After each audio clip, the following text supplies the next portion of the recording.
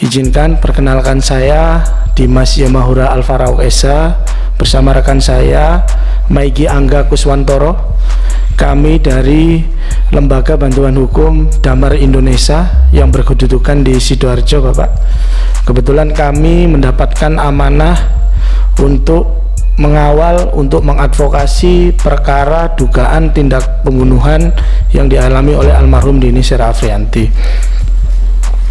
Mohon izin Bapak, jika diizinkan kami ingin menerangkan kronologis dari awal sampai dengan pemeriksaan di tingkat persidangan, Bapak.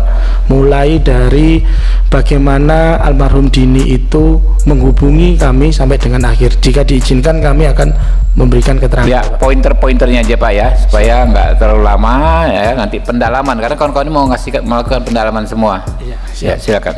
Iya, terima kasih Bapak. Saya lanjutkan. Izin pimpinan. Saya potong dulu. Siap. Kita ini di sini nggak lagi jelasin bahwa musik kronologis nggak penting. Siap. Kamu serahin bukti yang terjadi pada saat hasil otopsi. Sampaikan sama teman-teman di sini, kasih tahu. Itu yang akan kita mau bongkar, hasil otopsi yang menyebabkan yang bersangkutan sampai meninggal dunia, apa karena alkohol atau bukan? Karena kamu di sini diundang oleh Pak Habibur Rahman ini. Pak Habib pengen tahu yang terjadi sebenarnya, nggak perlu kronologis, kita udah tahu semua kok, cuman pengen kasih tahu, Pak, ini loh Pak, bukti terkait otopsi, inilah yang saya akan berikan ke Bapak, gitu. Silakan, mungkin sedikit saja, makanya jangan bertele-tele Pak ya. Pointer-pointer pentingnya, nah berikut otopsinya nih gitu loh ya, yang meyakinkan, semakin meyakinkan bahwa memang dia nih harus bertanggung jawab, orang ini nih, si siapa namanya terdakwa ini, dan harus dihukum. Iya. Iya.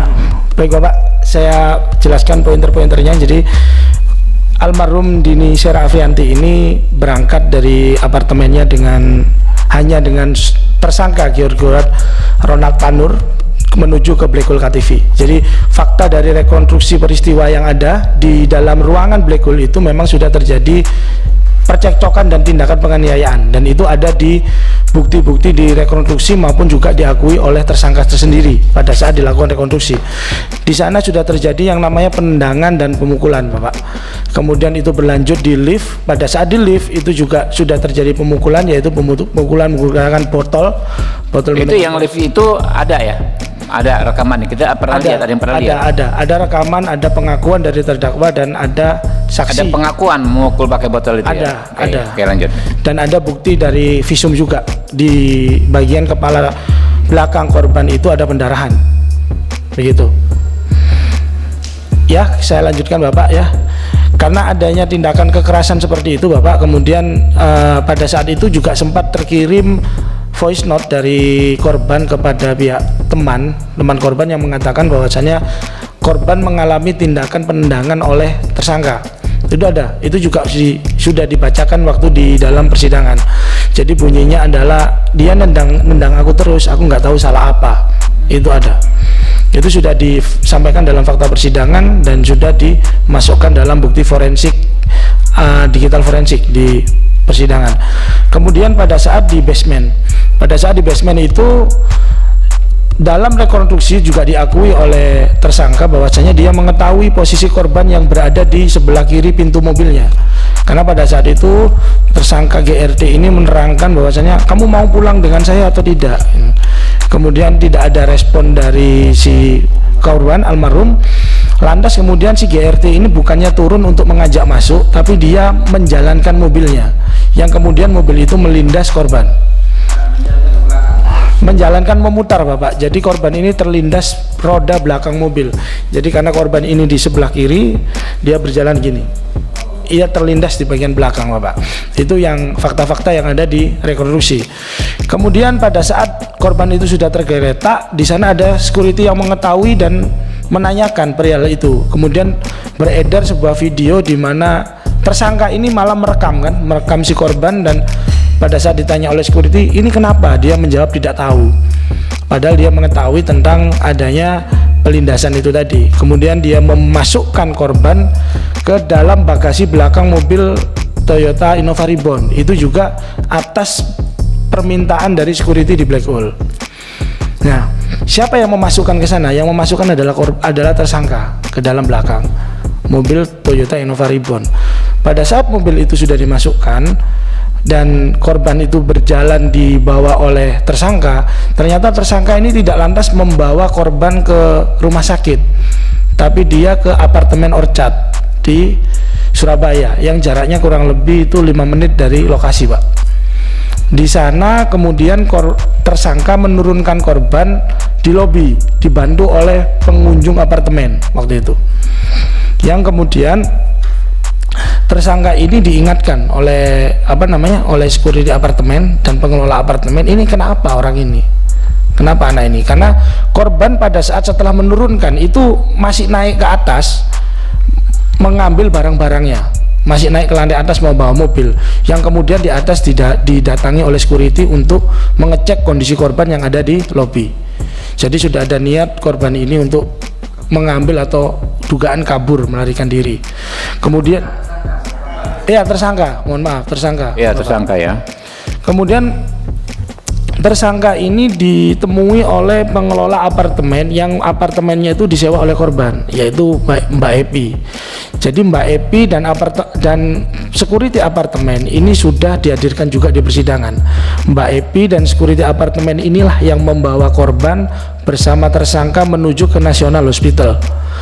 Di National Hospital, korban dinyatakan telah meninggal dunia kurang lebih 30-40 menit sebelum datang sampai di rumah sakit.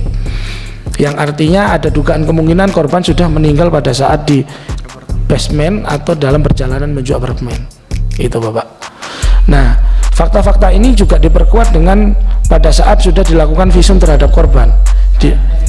Dengan pernyataan pertanyaan Pak Saroni, visumnya seperti apa? Visum sudah tertuang dalam surat dakwaan, termasuk juga di dalam tuntutan, dan ahli forensik pun juga sudah dilakukan pemeriksaan di dalam persidangan.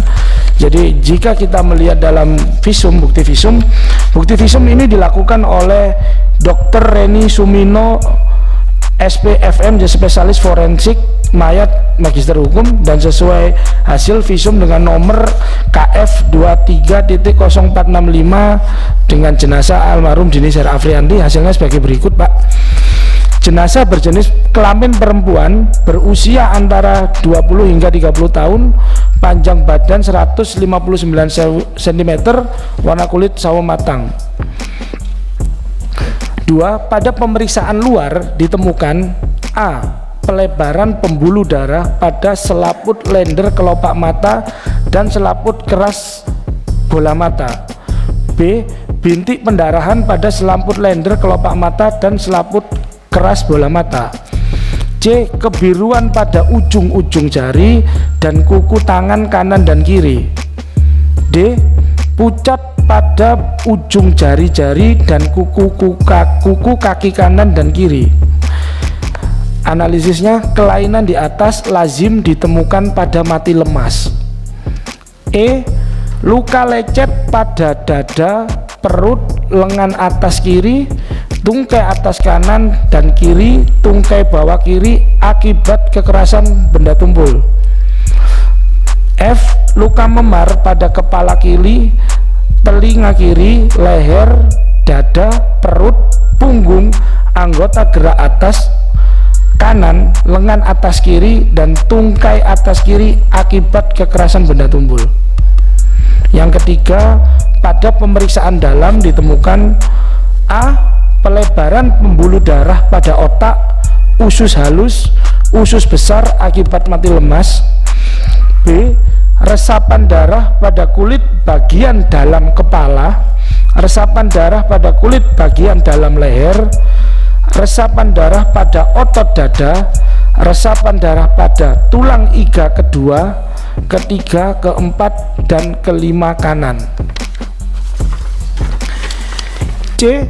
Luka memar pada bagian bawah paru dan hati akibat kekerasan benda tumpul. D. Luka robek pada hati akibat kekerasan benda tumpul. E. Pendarahan pada rongga perut kurang lebih 1200 ml. 4. pada pemeriksaan tambahan ditemukan A. Ditemukan alkohol pada lambung dan darah. B. Pelebaran pembuluh darah pada otak besar, hati, ginjal kanan dan kiri. C. Pendarahan pada tempat pertukaran udara paru kanan bawah dan paru kiri atas. 5. Sebab kematian karena luka robek majemuk pada organ hati akibat kekerasan benda tumpul sehingga terjadi pendarahan hebat. Jika dikaitkan dengan kronologis dan rekonstruksi Bapak, di dalam kronologis dan rekonstruksi itu memang terjadi lindasan di bagian bahu korban yang di situ memang melindas sampai hampir separuh dari badan korban. Jadi bila di sana dikatakan ada luka pendarahan pada bagian perut sampai dengan dada, itu memang sudah benar. Dan ditambah, mohon izin saya menunjukkan sebuah gambar Bapak. Sorry, itu di hasil visum itu adakah bahasa bahwa yang bersangkutan meninggal dikarenakan alkohol? Tadi sudah dijelaskan meninggal karena adanya pendarahan hebat majemuk di Ya, I know. Maksudnya gini, hakim ini kan berlandaskan putusan yang dia putuskan karena mengakibatkan meninggal itu gara-gara alkohol. Iya. Itu yang saya kejar sebenarnya. Iya. Terusin. Ya. Lanjut. Ya. Jadi saya perjelas Pak Ahmad Sori ini, jadi tidak ada identifikasi selama proses persidangan, dan itu sudah ditanyakan juga oleh majelis hakim pada saat persidangan pemeriksaan ahli forensik Bapak. Kebetulan saat itu saya hadir. Jadi pada saat saya hadir sudah ditanyakan apakah ada kandungan alkohol di dalam tubuh korban. Ada. Apakah itu menyebabkan kematian? Ahli forensik mengatakan tidak menyebabkan kematian. Yang menyebabkan kematian adalah pendarahan hebat di perut, dada dan hati. Hakim brengsek. Jadi itu terus Bapak mohon izin, jika dikatakan tadi apakah bukti dari yang menyebabkan kekerasan benda tumpul di bagian lengan korban itu ada bekas ban dari mobil kendaraan tersangka. Ini Bapak, ini ada bekas ban. Ya. Ya. Jadi itu Nggak Pak, bisa di ini ya, nggak ada PDF-nya ya? ada Bapak. Udah kasih. Di ini ditampilkan aja.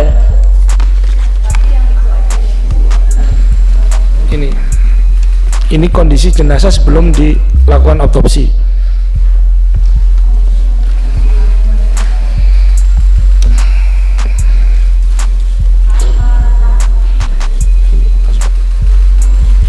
Ya panitia nggak ada tuh. Nah, nggak bisa digedein tuh. Ya, Itu ya, iya, bekas Pak. ban ya. Bekas ban. Astagfirullahaladzim.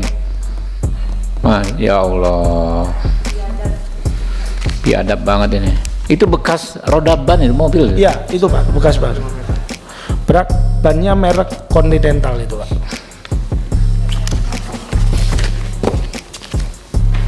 Ada.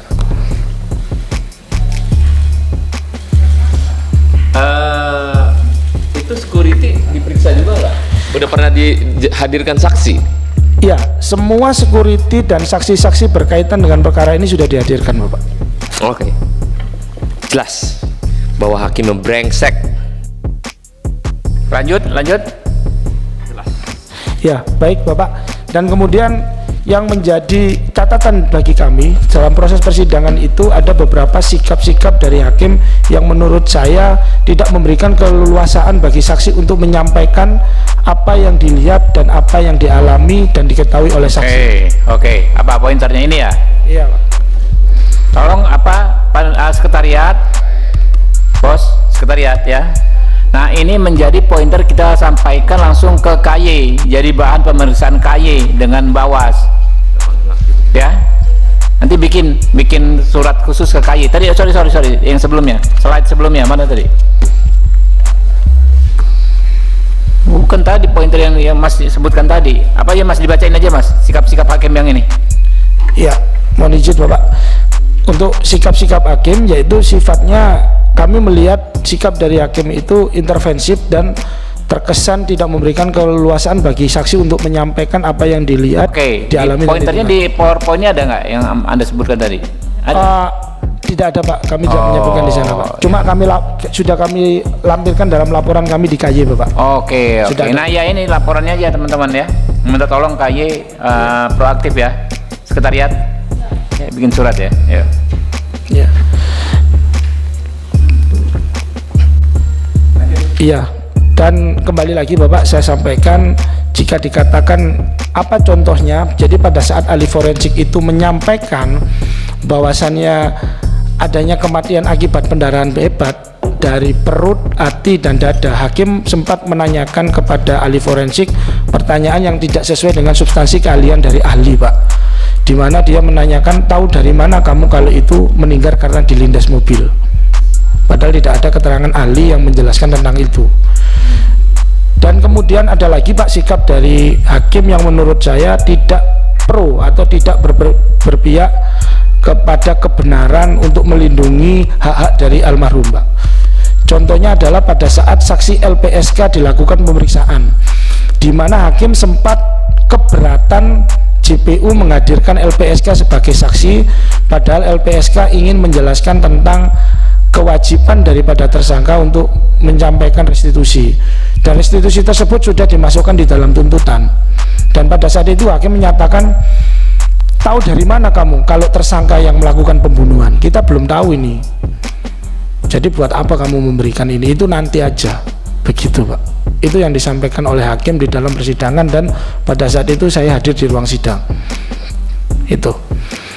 Kemudian yang terakhir Bapak adalah tentang pelaksanaan putusan dari Majelis Hakim di Pengadilan Negeri Surabaya. Putusan harusnya dibacakan pada tanggal 22 Juli 2024 hari Senin Bapak. Itu setelah ada waktu 14 hari sejak pledoi dibacakan oleh pihak kuasa hukum dari tersangka.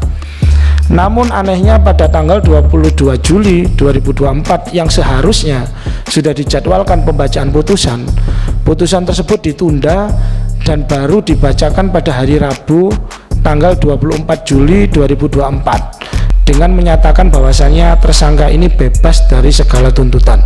Inilah yang menurut saya menjadi catatan-catatan kejanggalan-kejanggalan dari pertimbangan dan proses pemutusan hakim sampai dengan tersangka GRT ini dinyatakan bebas.